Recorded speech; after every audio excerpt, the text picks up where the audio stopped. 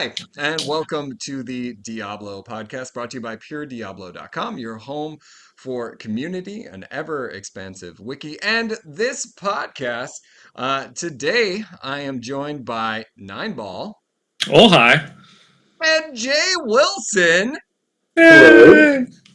He is not as excited to be here as we would have him. I'm very excited to be here. How dare you?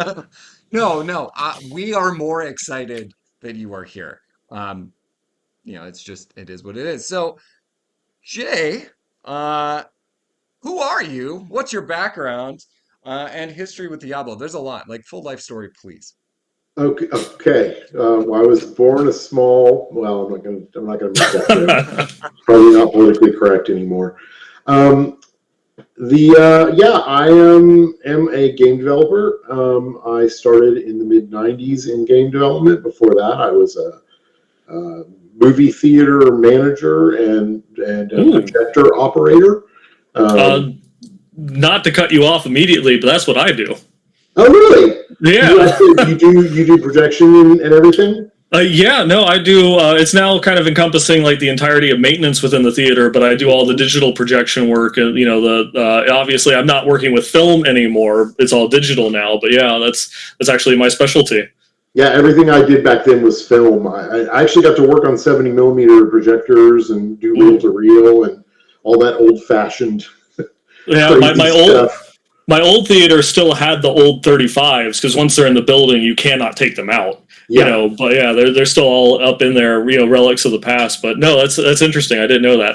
Sorry, you can continue Oh, no, now. no, that's okay. Yeah, our projectors were World War II projectors Yeah. in the 90s. So I was doing that before. I was making levels for Doom for as fun. Like I was basically a mod developer. We didn't call it that back then, but and I got offered a job on a game called Blood, which was being produced by 3D Realms, but being made by a studio called Q Studios, which eventually was acquired by Monolith.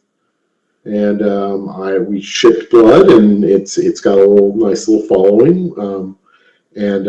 I went on to work on some more FPS stuff. I went to Relic eventually and did some RTS games there, Impossible Creatures, Warhammer 40,000 Dawn of War, and Company of Heroes. And then from there, I moved to Blizzard to take over Diablo 3 as the lead designer. I got moved up to game director, which was kind of a co-lead position. We had a game director and a production director. So the production director was kind of I think he said I was the what, he was the how.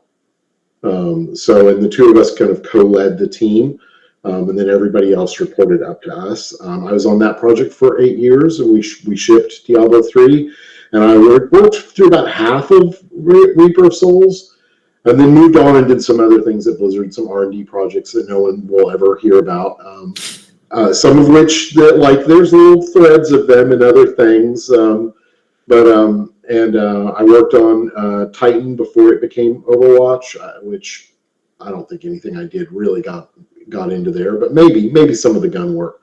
Then I also worked on World of Warcraft and redid all of their combat presentation systems Mm. because combat is a big thing for me. I love good combat in games, and I know a lot about it. And then I took some time off and I wrote a novel, which is you can get on Amazon. It is called Dead Man Detective. It's under the name J.P. Wilson because that way I can have a website that has my name. And then after I wrote the novel, I loved writing it, but I did not like the publishing industry, Mm. and I missed games, and so I have a small startup called Gas Giant Games, and we're in the process of bootstrapping a prototype, looking for funding, and I with some other people that I've worked with throughout my career, and that's about all I can say about that. But wish us luck. Uh, Um, yeah, absolutely. So there's a lot there, right? I have many questions about everything. Uh, first and foremost, I mean, writing a book like that's pretty awesome. Um, like as Thank an you. English teacher, I have much respect for anybody who can put together a full novel. Um, envy, you can say, as an English teacher, you have to have an unfinished manuscript in your desk at some Of point. course. Like it's just a requirement. And then a new project for you with games. Now, if you're not willing to reveal it, that's totally fine. But if you were to describe a style of game that you were hoping to create, I will just say I really like Diablo, and I really like survival games. Hmm. oh, okay, okay, all right. Uh, So there so you talk. go. Yeah. My interest is piqued. You talked about combat, and I feel like that there's a nice little transition there. You said you like designing combat.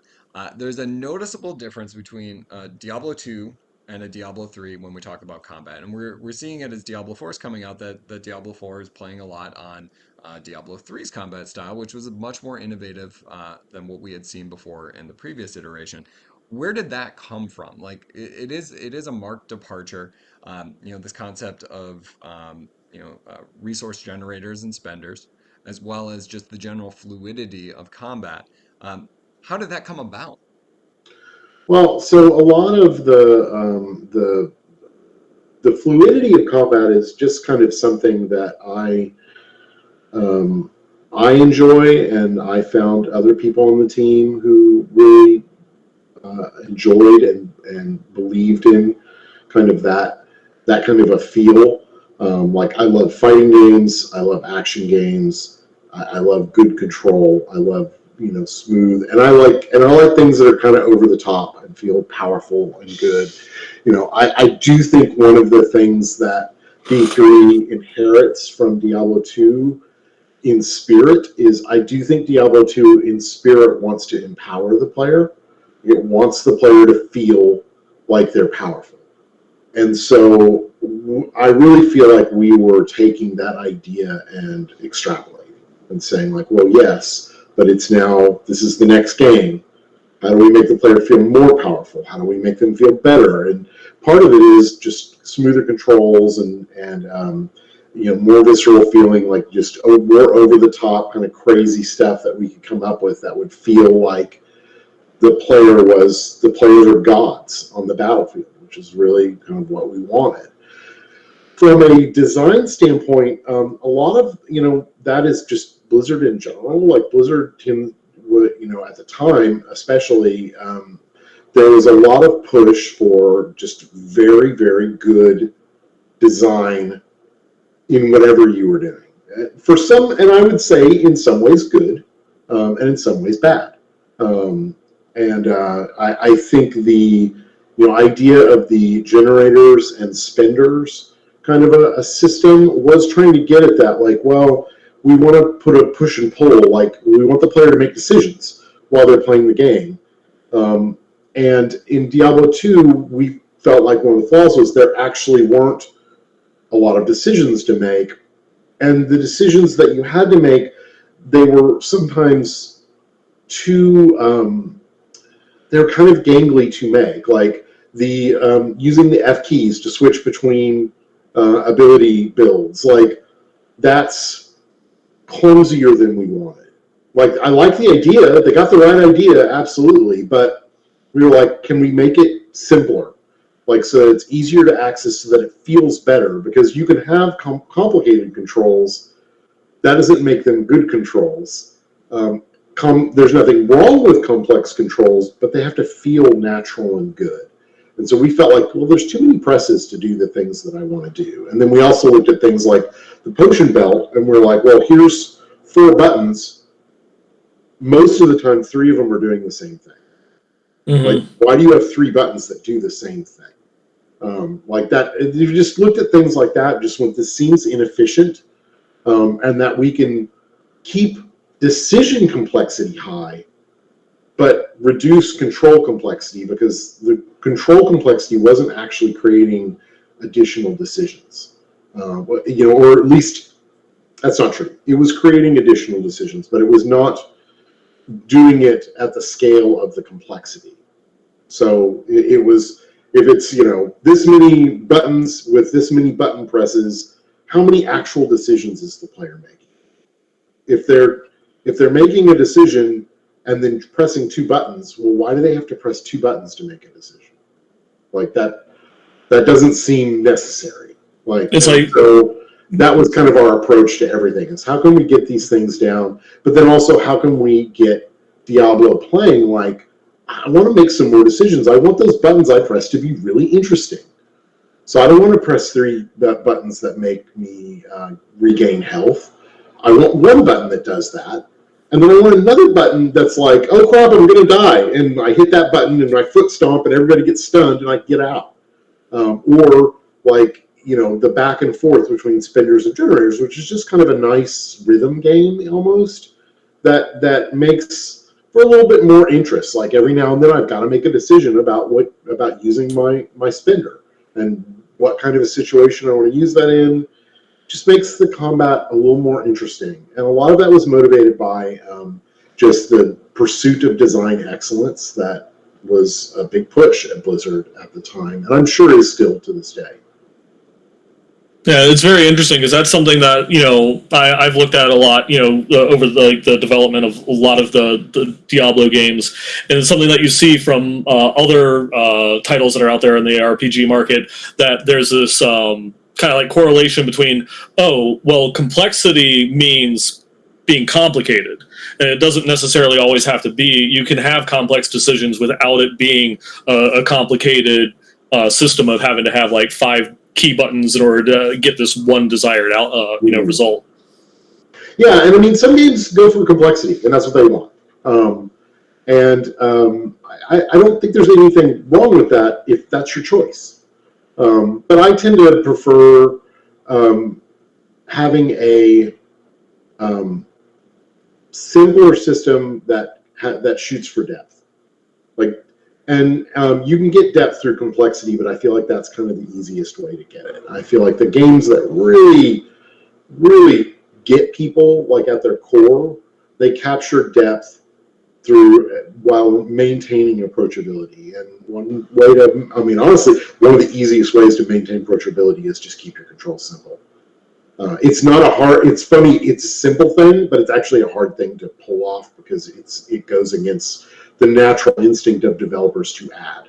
Like, we want to add, because that's what you're doing, all through development. You're just adding, you're adding and adding, and it feels like every time you want something new, it's like, well, do we have a button we can put that on? Like, just one more button, can we make, one more talent. Conflict comes up, and it's like, can we make that an option?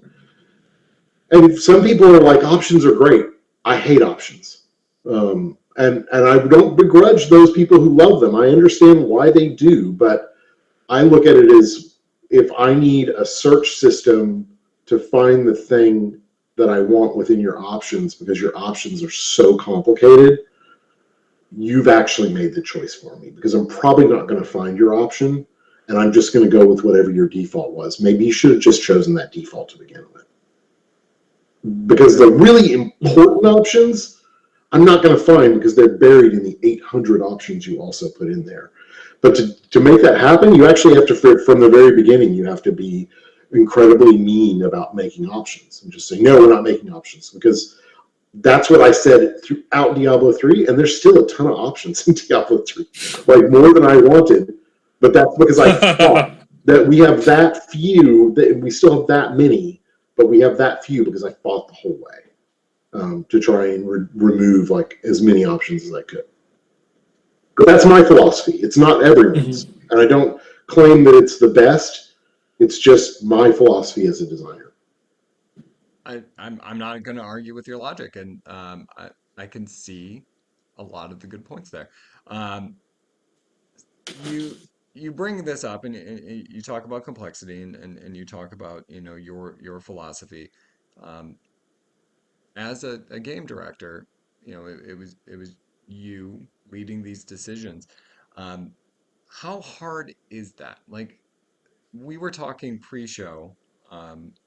Like right now, uh, I was racking my brain to think of the current game director for Diablo 4. I knew you were the game director of Diablo 3 from day one.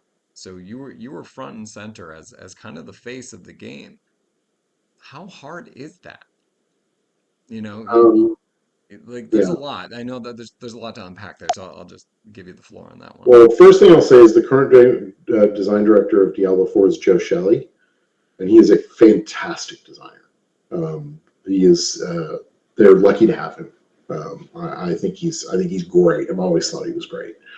But it's it's very hard, and it's hard in a lot of ways. Like it's hard to even define kind of how it's hard, because on the one hand, like I went from being relatively obscure to what my wife called 2 days famous, which is basically like at BlizzCon, everyone knows who you are. So you get to know what it feels like to be like a movie star for 2 days.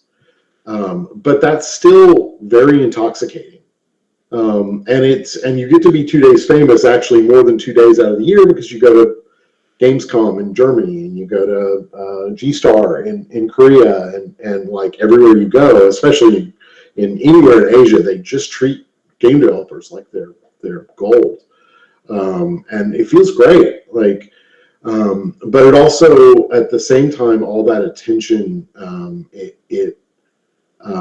you have to fight really hard to not let it go to your head, and not let it affect kind of your ego and your decision making ability. Because at the end of the day, like, the Diablo team had 70 to 90 people on it for the majority of its run, and they're smart people. I was just one of those people. And I never viewed my job as I think people look at the game director or the lead designer or whoever's in charge and say, he's the one who makes all the decisions. No, that is if you think that, then you need more experience before you take over a role like that.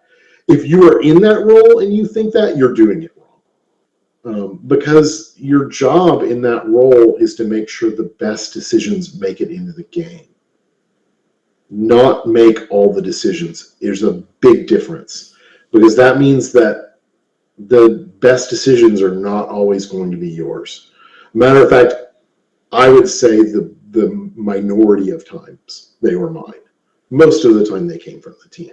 Like, the team had the best ideas, the best decisions. My job was to seek it out and find it and make sure it got into the game, and made sure that all those different disparate decisions felt cohesive once they got there. And that's a really different job. And it's challenging, but I enjoy that job. So because I like working with teams, I like the people that I work with. I think they're brilliant. I feel a lot of the times I feel like the dumbest guy in the room, but that's okay, because it means like, well, there's nowhere to go but up, because everybody here is so smart. It's like, and I like watching people succeed. I like people being happy. Like, there's nothing. I've never seen people happier than when they're on a game team that's really soaring, that's really like knocking it out of the park, like that loves what they're making. Like, those people come to work with a smile ear to ear, and to feel like you're responsible for that to some degree, not fully, because it's a team, but to feel like you have some hand in guiding that and making their lives better feels amazing. And that's what I always try to focus on when I'm running a team. Is it's about those things. So those things are hard. Imposter syndrome's huge. I am the only thing that helps me make decisions at times when I feel lack of confidence is I hate indecision. It drives me nuts. Like, because most things fail because people just won't make up their minds. Not because they make the wrong decisions.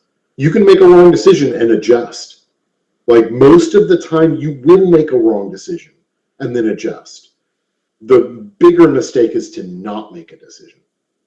And so, I a lot of the times I push, not because I'm like, oh, I've got the best idea, but because stagnation is death. we're all sharks. We're all going to drown. I know sharks don't drown if they don't move forward, but that's a myth that if sharks don't move forward, they drown.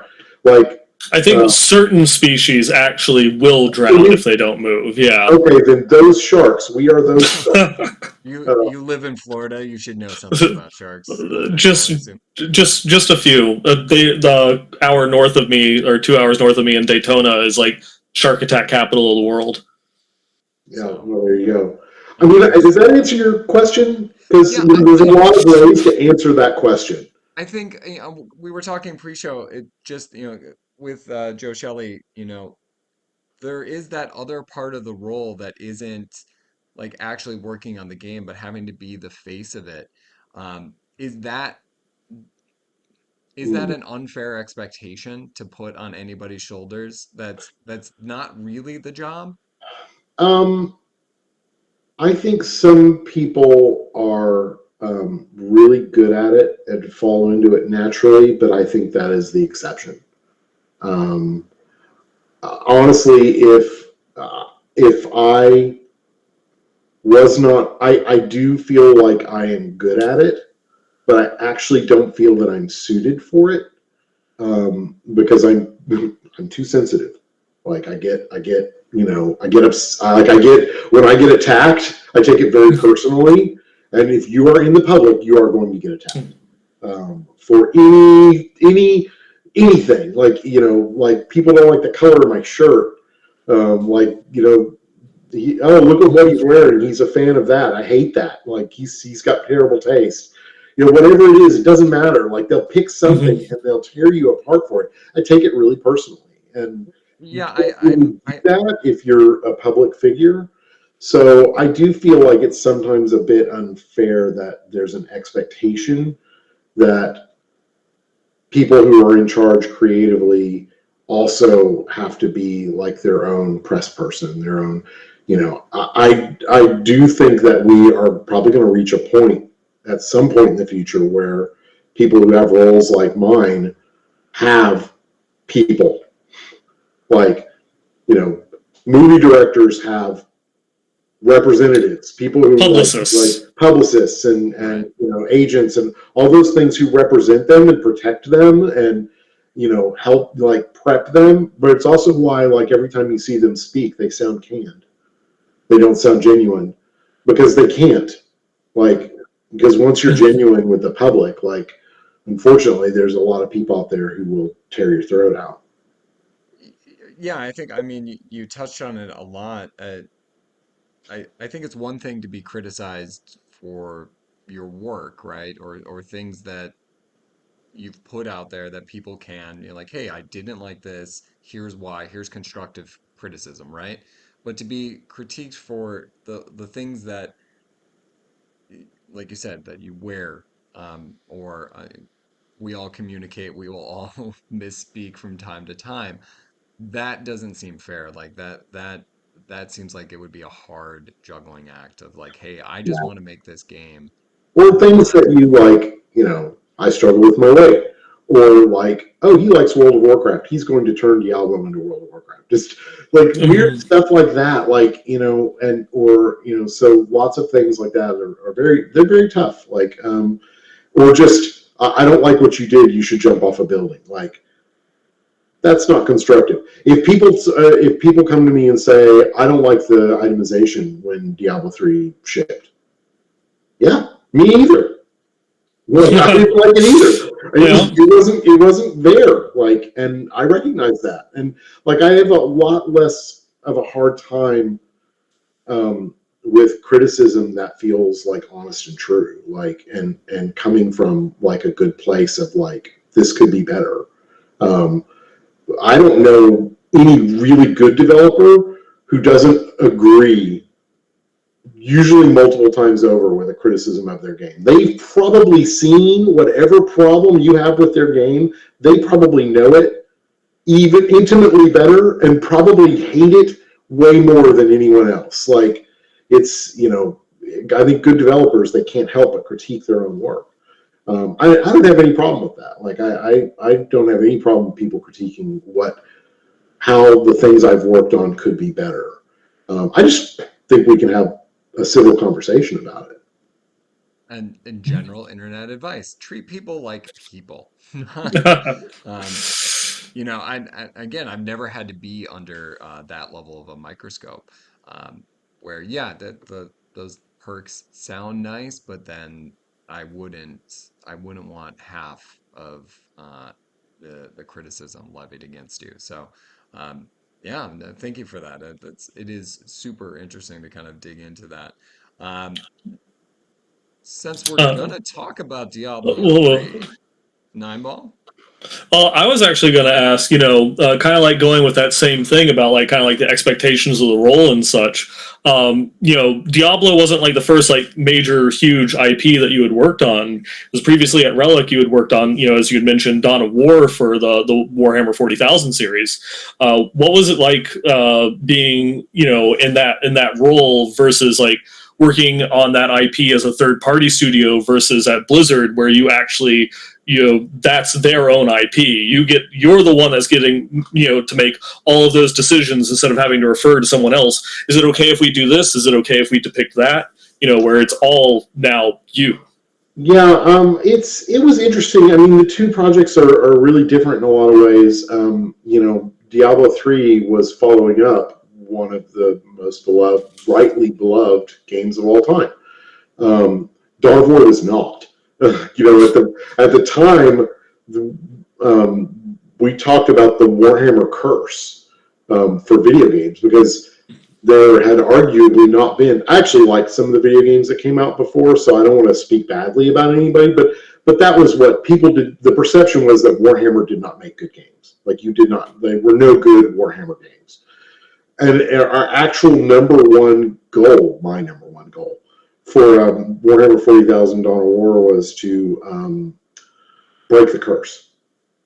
Like no matter what happened, we were going to make a good game. Like that's what I wanted more than anything. Now that did mean trying to be true to Warhammer. I'm a huge Warhammer fan. That's my Warhammer table back there. Mm-hmm. All those shelves are all Warhammer stuff. That is my painting table. Over here is my terrain table. I've been over there for model. I love Warhammer. I've been waiting for the excuse to go through and show it, but I actually still have your flying hive tyrant that you painted for me. Yeah, no, it's I've actually sold off the rest of my Tyranids, unfortunately, but this one will always stay with me. Cool. I proudly. Normally, it sits up in the middle of the Diablo collection, cool. So, but yeah, I was just waiting for the excuse to show it on camera. It's a beautiful transition right there. So yeah, I mean, but I love. I mean, in both cases, I love the IP. In both cases, keeping being true to the IP was really important. But for Dawn of War, it was really different because nobody had really done the IP justice at that point in a video game. So a lot of the times we were coming up with things, and it was like, well, this is the first time anyone has given this gun a sound. Like, what should it sound like? Mm-hmm. And I got along great with Games Workshop. I always have. I still have a lot of friends over there. I think they saw very quickly that I was a kindred spirit. I had an enormous amount of love. And I didn't really have problems with, we sent everything in for approval. I did not have problems with, when they would come back and say, don't do this or don't do that, because I loved their IP and I agreed with them. I remember when we went in and pitched the story for Dawn of War, the original story was he linked back to the Horus Heresy, which if you don't know anything about 40K, it doesn't matter. It's a big event, big historical event in the lore. And we got to can I curse on this show? Yeah, go nuts. It's a mature rated game. Yeah. I'm trying to get rid of the clean tag on iTunes, so. We got and the head of the I'm not going to mention his name because I don't want to call anybody out if they don't want to be called out, but he was kind of the head guy and he was just like, always goes back to the fucking Horus Heresy, doesn't it? And he just laid into us for 15 minutes about the fucking Horus Heresy. And I'm just sitting there writing stuff down and whatever. And we get to the end, and the guy who's my contact who works at Games Workshop was afterwards, he's like, "Are you okay?" Well, yeah, why? you just got reamed for like 20 minutes in there. I'm like, yeah, but he was right. Like, I don't care if he's right. Like, I get yelled at all the time. Like, I don't. Usually, people are wrong. Like, somebody yells at me and they're right. Thank God. Like, I didn't want to make that mistake. So he's helping me. But that's just kind of the way my brain works. With Diablo, the big difference was we had a lot more. We had a lot more to live up to. Because again, while the IP of Warhammer is epic and there's a lot of high expectations, the video games weren't that great. So like, you make a halfway decent video game, and I think we made a little bit better than halfway decent. Just a little bit. I'll give you that. Just a little bit. Thank you. I love that. I do love that game very much. I love the whole process of it. And with Diablo, like it's. We did have people who worked on the previous Diablo games on the team, but not a lot of the core people. So we're interpreting. It's Blizzard HQ, and there's different values there than there were at Blizzard North, and different interpretations of things. And it's a different team at the end of the day. And I think one of the things that's really sometimes hard for people to understand is you can only get out of a team what the team is capable of. Now that makes it sound like, oh, the D3 team wasn't capable. The D3 team could do anything. That team was ridiculous. But there were certain things that, like, for example, the color palette. I know a lot of people find the game too colorful. And that's fine. I'm fine either way. My main response would be, I like it, but my main response would be, I don't think Blizzard at the time could have made a different game. Like, I don't think we could have made a game with less color at the time, because it was not something, like, based on where the game industry was, based on where our artists were mentally, based on where our designers were mentally, based on what the company wanted, because we got a lot of pressure from the company.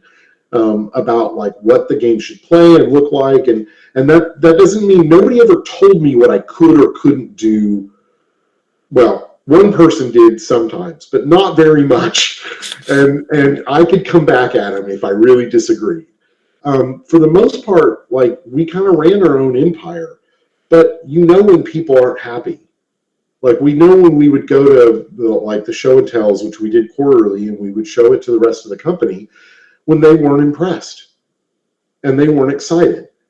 And ultimately, at the end of the day, if like the company's not excited about the game's never going to ship. It's never going to see the light of day.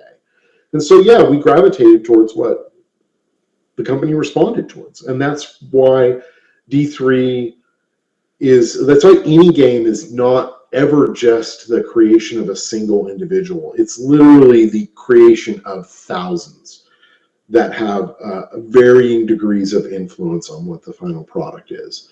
And certainly, like, I had a lot of influence because I was at the top of that pyramid. But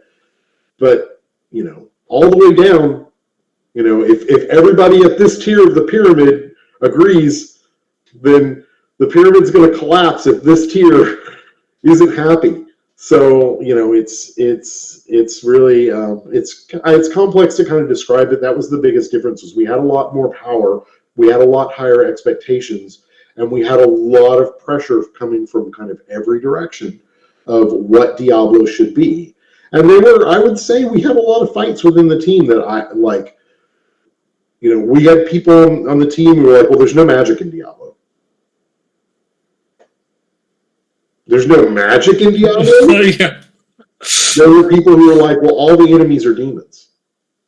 Like, no, there's like insects and people, and now we could say lightning beetles. There's no regular humans as enemies. Like, that was a thing that we talked about a lot, because in D1 and D2, there's definitely some questionable, like, is that person human? I don't know, but there was no like definite, like, those are humans, and we kind of went like and said, yes, there are. But there were lots of discussions like that. Should there be? Should there not be? When I was like, okay, we're going to do this thing, and they're going to be insectile, and they're like, oh, there's no insect enemies in Diablo. And I'm like, what about the Beatles in Act 2? Like, those things Everybody's favorite. Like, Or you maggots in the maggot Maggot lair. lair, yeah. but it's like that goes to show, like, a lot of the times too, like, people's view of an IP or a game is their memory, not the reality. And that's with everyone, myself included.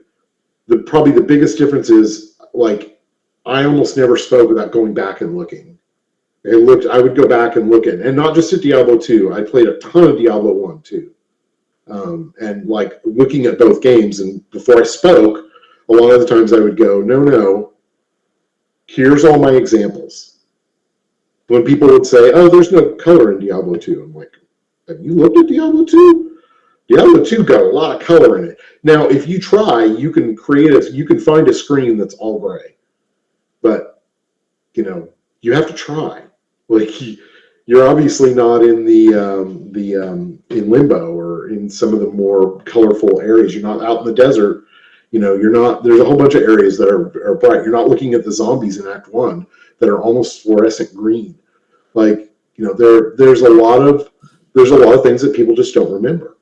And there's a lot of things that don't translate from, like, for example, from 2D to 3D, and so many things go into changing. I'm rambling now, so I'm going to No, go. no, and like this is all like so interesting, and I think one of the bigger things, and we've talked about it before with Diablo 4 now, is Diablo 2 got remastered last year. Um, Mhm. and you talked about, you had to follow up Diablo 2. So Diablo 4 now is following up Diablo 3, Diablo 2, but it has that out. It has a Diablo 2 Resurrected, where if Diablo 4 is not going to give the output that people want, they still have something newer and shinier to play. Is that an advantage to the Diablo 4 team right now that they don't have that as much to follow up on? Um, I don't think so. I mean, I think Diablo 2 Resurrected is great, but I mean, it's still like it is a remaster of an older game, so it has a lot of elements of that are not. There's things that you can look back in Diablo 2 and say that is brilliant, but there are things you just look back at Diablo 2 and go, that is a symptom of the time period it was made, and we've progressed. And Diablo 2 Remastered, rightly, because it's a loyal remastering, carries those things forward. And I think it should carry those things forward. Because you don't. It's like WoW Classic. Like, I love that WoW Classic plays just like WoW when it shipped. Because I love WoW when it shipped, and I like WoW later on too. But I loved it when it shipped, and I liked going back to that moment. I don't know that I don't know that it was that different than, for example, like, you could still play Diablo 2 when Diablo 3 came out, and it was still great. Like, still, I mean, still great now. But yeah, certainly the remastered looks great. It's nice to have it. But I'm not sure. I'm not sure if it makes a huge difference there. But I don't know. Like, I'd ask you guys, do you feel that way? Do you feel like, well, if I don't like Diablo 4, at least I have Diablo 2 remastered? I think from my perspective, like I loved Diablo 2. Um, but it was 10 years in between, Diablo 2 and Diablo 3, so it was much easier to throw on those, rose-tinted glasses in terms of the comparison. Whereas going back to Diablo 2 Resurrected, which has been a blast, I've been far more aware of some of the issues in Diablo 2 that I didn't really feel as Diablo 3 was coming out, because it's been a lot easier to jump back in with the remaster and be like, oh yeah, that did kind of suck. Um, it's broken some of the nostalgia. So like I feel like my attitudes towards like Diablo 4 and D3 have definitely been altered. Nimel, I don't know if you feel the same. I mean, Um, we talked about this one, like when Nerdsword was on the show, that it's like, it's like, yeah, I absolutely loved D2R, like when it went through and it shipped, but yeah, it's the same game that I played, back in, 2001, 2002, after Lord of Destruction came out. I do appreciate some of the new changes that they've been going through and making, and that's kind of breathing more life into it. But at the end of the day, it's like, yeah, no, That's a 2-decade-old game. That's for certain. Stamina bar. Yeah. Well, I think it's interesting. Like, I think you can almost make comparisons to this might be a weird comparison, but because it's not a video game comparison, but to Star Wars. I grew up with the original trilogy. That's my Bible. Everything else after that kind of sucks. Like that's my general view. Everything past original trilogy just kind of sucks. But my daughters, people my daughter's age, not my daughter because she doesn't like Star Wars, but for some, which is, by the way, very upsetting for me. But like people, most of her friends her age, like they like the prequel trilogy, or they like Clone Wars. Like that's what they grew up with. I Like, hate to admit, my son, we watched the original trilogy. He loved it. But then, like I'm like, okay, we're gonna watch it in the order in which they came out, the order in which I experienced them. And out of all of them, he loved the prequels the most because he loved Jar Jar. And there I you don't go. know if my wife and I are cousins or something like that, like what's happened,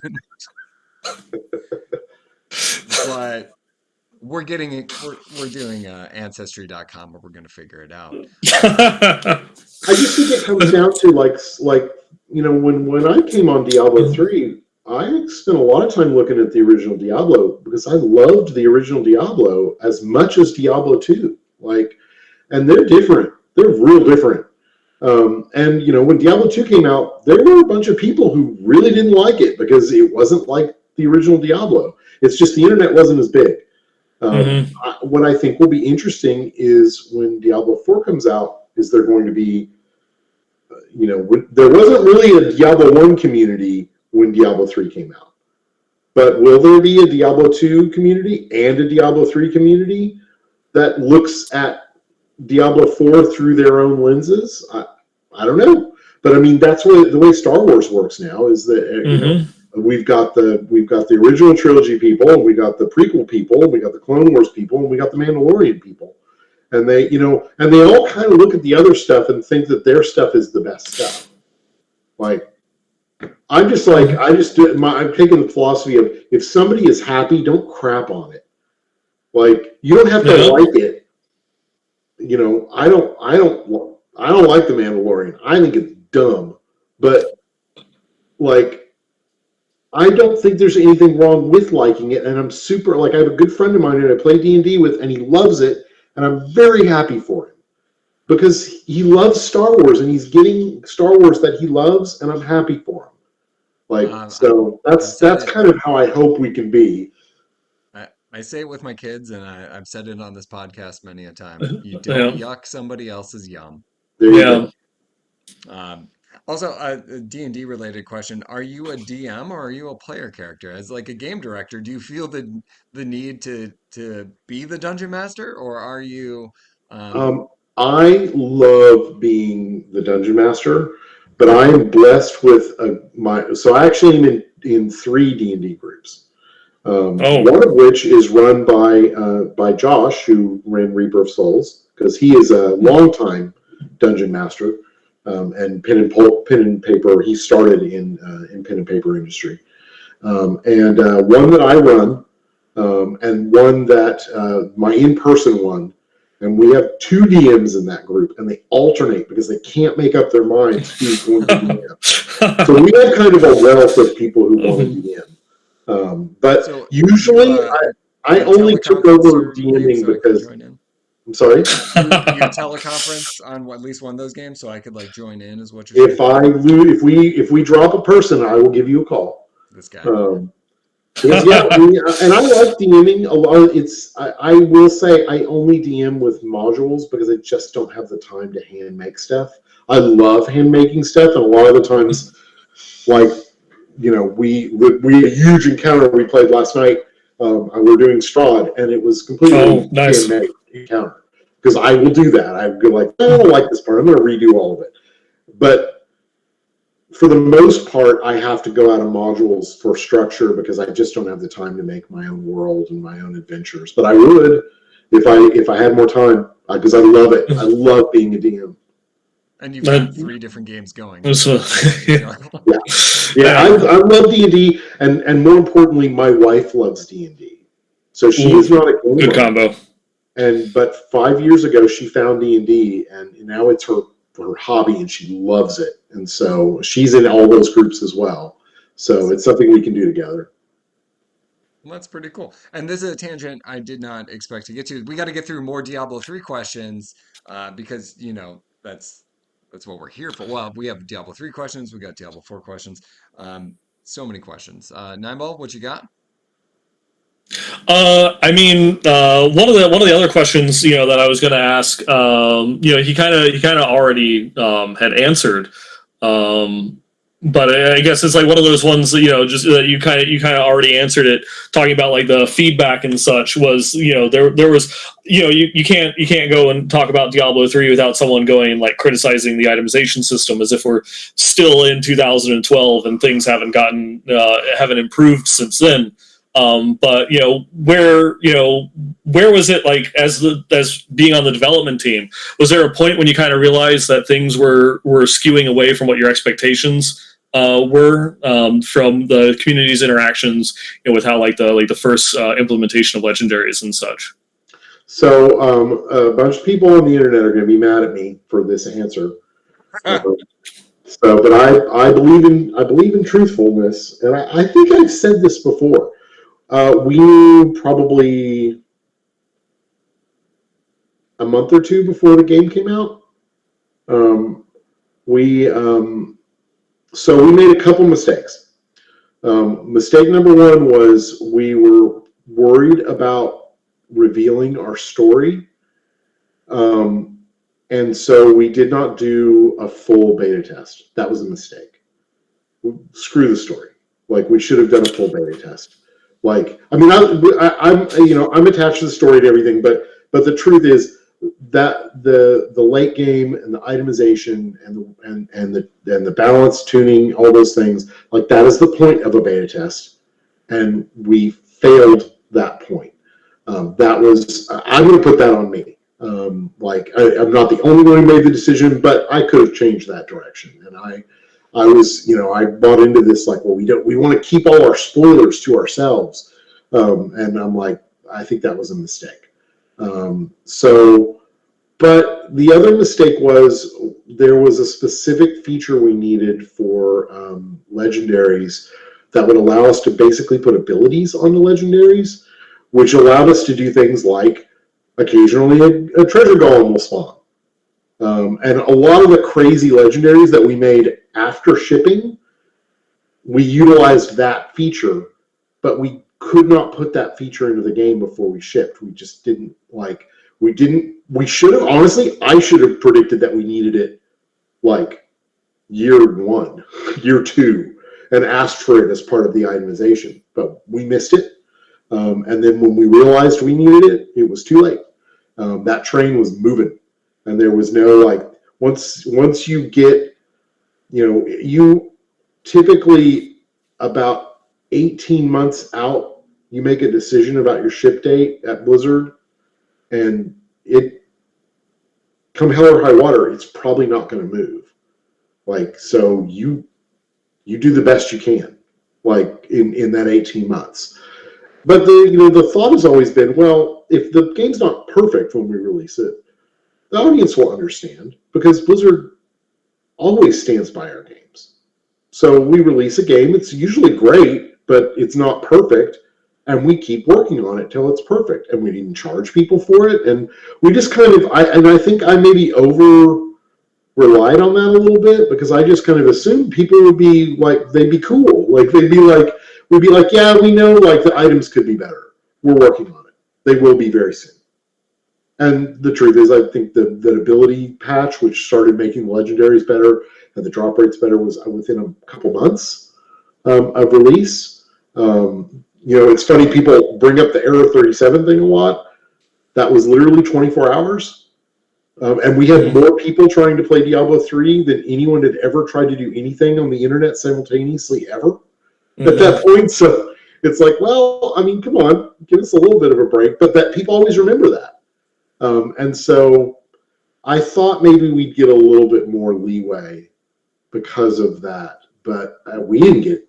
I didn't feel like we got any leeway. I felt like it was like, well, you didn't get legendaries quite right, so you've destroyed my childhood and you've ruined Diablo. Wow. I remember like I thought it'd be okay, but that's like we got that like a couple weeks later, and it would be better. Like, I distinctly remember doing a podcast early on after release and talking about itemization. And we brought like one of the big things that people forgot about Diablo 2 was the itemization when it shipped wasn't good either. Like it needed a lot of work. Um, but like we could remember that, because we were on a Mhm. podcast talking about it, but the short-term memory was not there for most people at the time. So I do recall being like, yeah, well, it'll get better. Like that's just how it works. Like it, I mean, it there's a reason that most people play Lord of Destruction and not Classic D2. Like that was a whole year of no charms, no runes, no rune words or anything like that. It was a very different game. well, and what's funny is so like, and I tell you, I'm going to say this now, and somebody is going to slip into a DM somewhere and tell me I'm wrong, but the drop rate for legendaries in D3 at ship was much higher than D2. And people will say, no, it wasn't. No, you guys never dropped legendaries. D2 was way more generous. I'm like, I have played thousands of hours of D2 with a stopwatch and a notepad, like writing down. I know exactly what the drop rate for legendaries was. Like, so when I say it, I don't say it uneducated. Like, I'm like, no, I know what the drop rate was. I know what ours was relative to it, and it was more generous. And then we doubled it like almost immediately. Like so, but I still have people to this day who would tell me that D3 was like at ship was horrible for dropping legendaries. And the truth was, like people weren't happy with the rate that the legendaries dropped. They're right. I'm not disagreeing with that. I'm only disagreeing with their memory of D2. If they want more legendaries to drop, okay.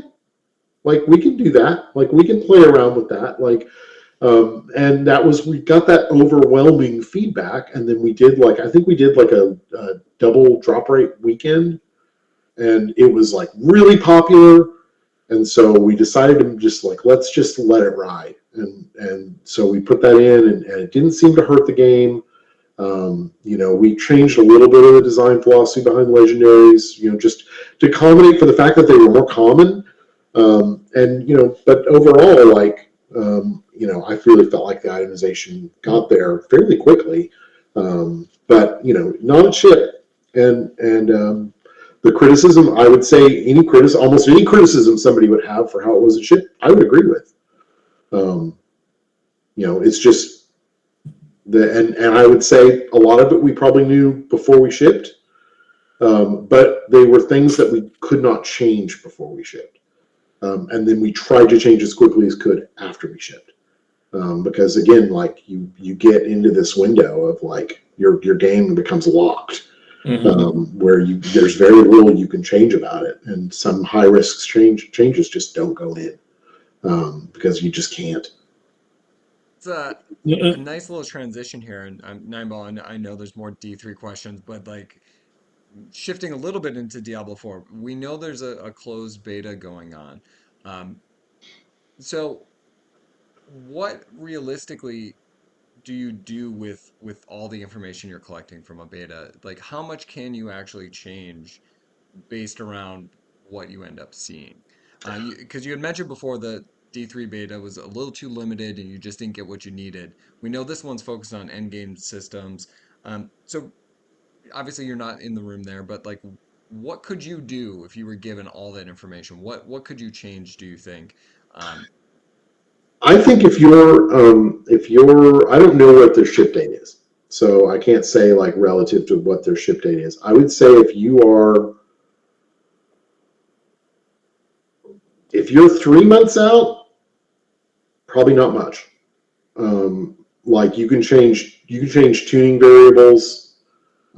So like drop rates you can change. Like those kinds of things. Like if a monster is too hard or too easy, you can change that. You can change distribution. If you need programming, if you need code for something, 3 months out, probably not. 6 months out, yeah.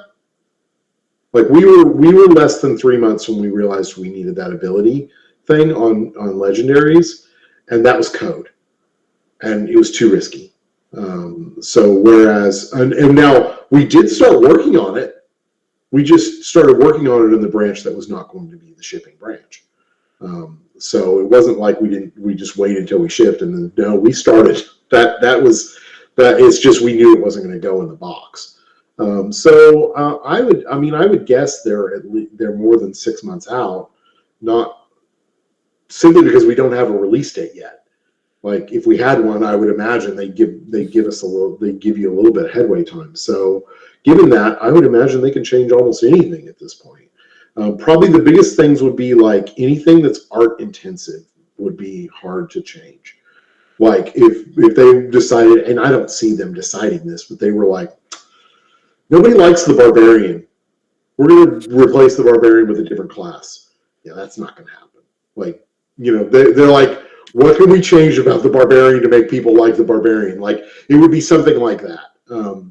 Because art is always takes the longest. Like, art is a long process. And so, and no matter where, if you want to add like, sometimes you can get away with things. Sometimes you can add like new areas into the game, like new dungeons or whatever, by with some tricks and some, inventive use of existing assets and things like that. But most of the time, it goes 3 months out tuning, 1 month out nothing. 3 months out like tuning and written word, as long as there's no voice acting, because voice acting's out. 6 months out code, voice acting, simple art changes. A year out, you can make more major art decisions if you have to. And that's being very rough. Like, but everyone's a little different. Every shipping game's a little different. I would say a lot of like Diablo games are extremely art intensive, because to make all that procedural content actually requires a lot. Like, you need more art than the average game does, but you get more hours of play out of it, so it works for you in the long run. But it makes for and a lot of like Diablo art for I know for 3, I suspect for 4 is hand painted. Hand painted art takes forever, but it looks gorgeous. So it's, I think it's worth it, but it takes a long time. So yeah, quality takes a long time. Which makes sense. I am gonna hold you to that though. 6 months out. You heard it here. We're gonna. I don't know nothing. No, obviously you wouldn't, but I like to be hopeful, and I want to play. But honestly, I hope they take as long as they need. Like, I hope they don't rush. Like, because I want to play Diablo 4 as much as anybody, and I want it to be great. Makes sense. So you mentioned, with the timeline of things, obviously with a beta, they are getting feedback, and maybe there's beta testers listening to this podcast who are like, I don't know what to put on that form. What would be good feedback that would be helpful for a developer? Like, what is the kind of stuff that you're like, oh yeah, that is something I could change or something I would like to do? I mean, if you're, I think that it's tough to it's tough to second guess those things, but you don't know what the developer is capable of. And every project is different. Some projects can pivot in some ways better than other projects can, just because of maybe the nature of how they built things, or the type of game it is, like, or the solution. Because a lot of the times when people outside of game development offer feedback, they offer solutions. And then the first thing we have to do is figure out, okay, what's the problem? Like, because the solution is very rarely the problem. So that would probably be the best answer, is try to think about the problem, not the solution. That's all. old adage that I had heard. It's what was it? Users are great at detecting problems and terrible at providing solutions. Yes. Yeah. And that's not always because they don't know a good way to solve the problem, but they may not know a good way for the developer to solve the problem with the assets and tools and team that they have. So because not everything's possible.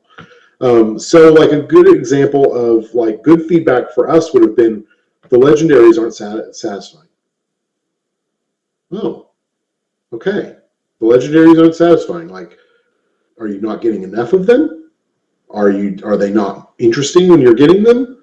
Like, those are some questions I might ask, but that's a pretty good piece of feedback. Like, that's letting us know like the players are not enjoying a part of the game.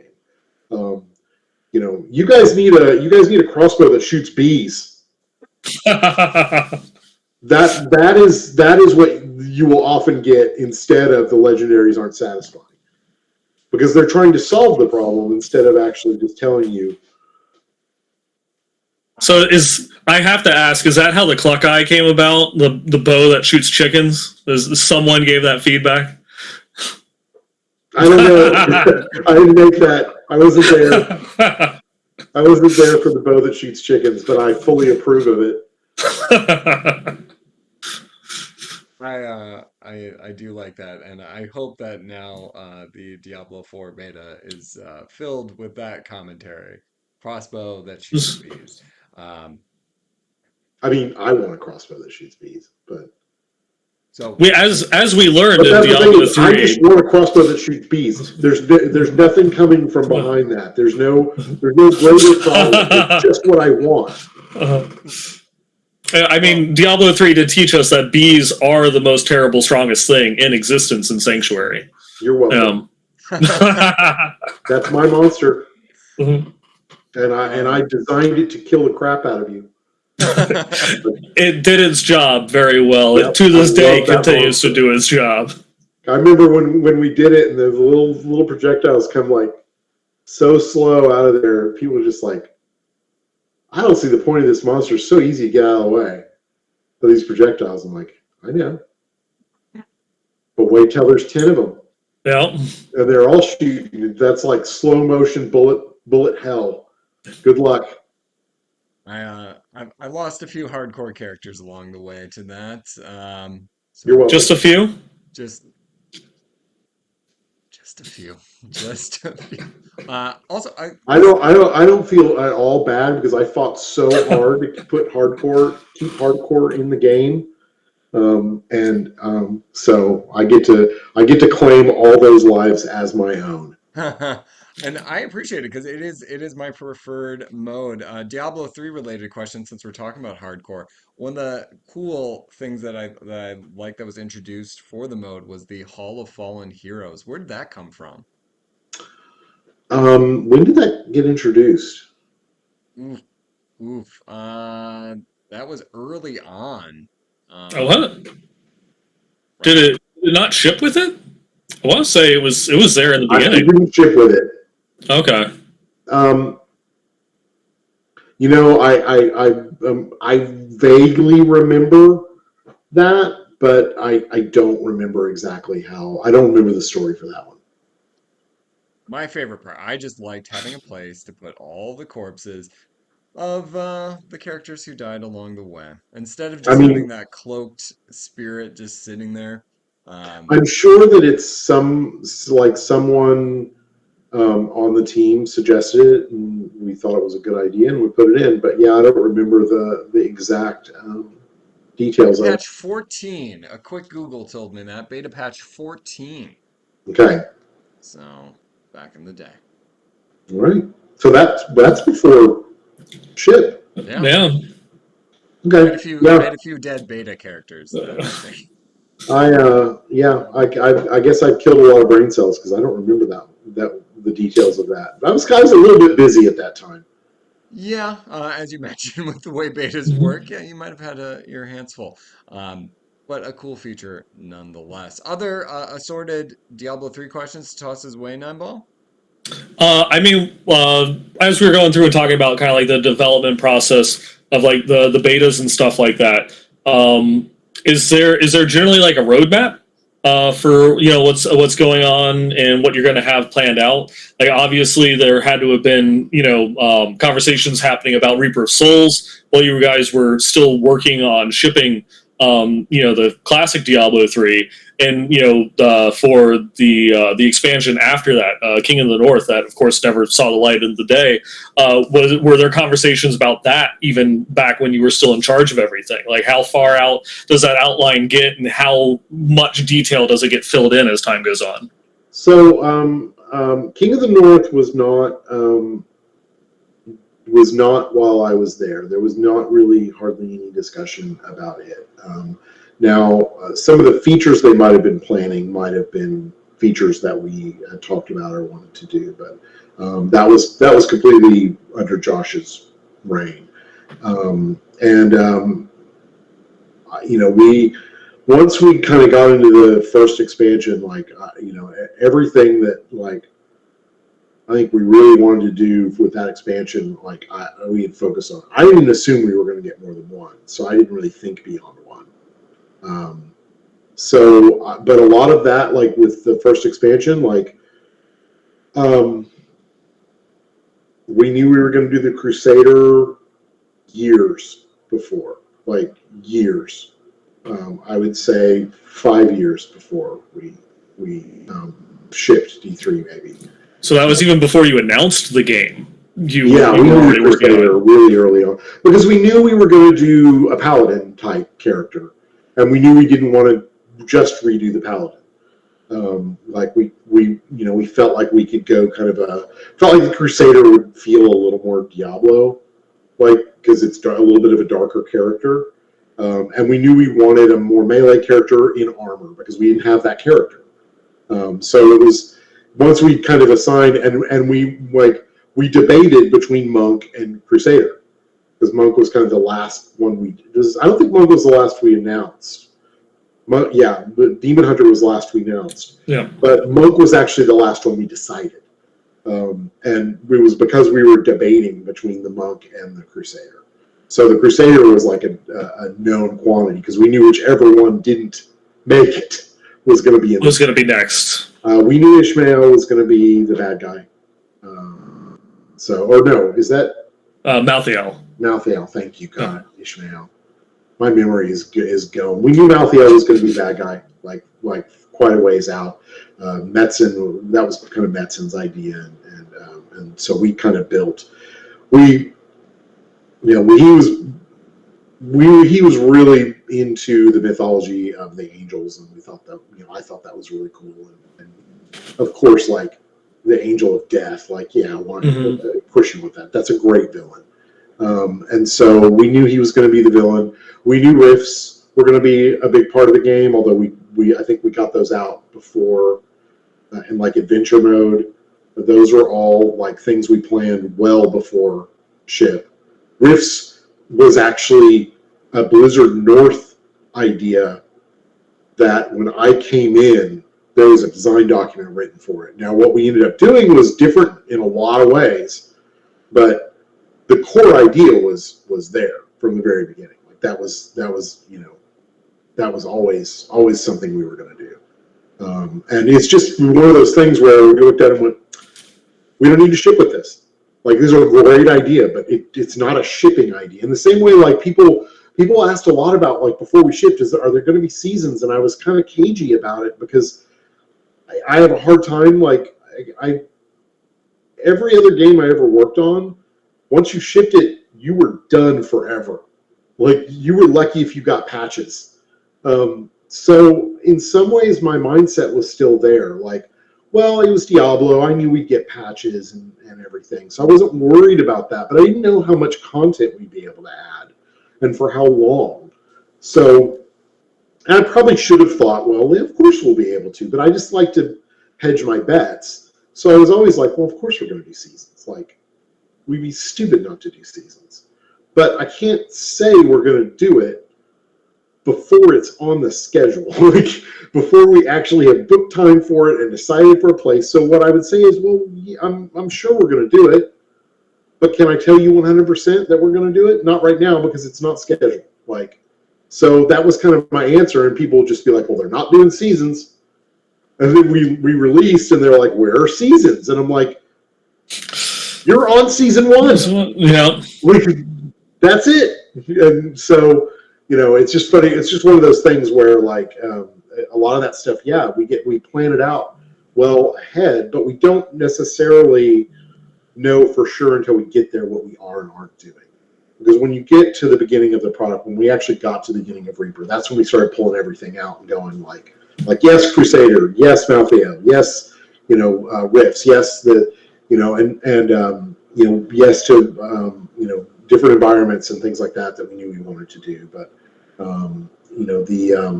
a lot of the design then happens at that point where you actually go, yeah, but what exactly do Rifts look like? What exactly do who is Malthael? Like, what's his gig? Like, we know why he's the bad guy because we figured that out beforehand.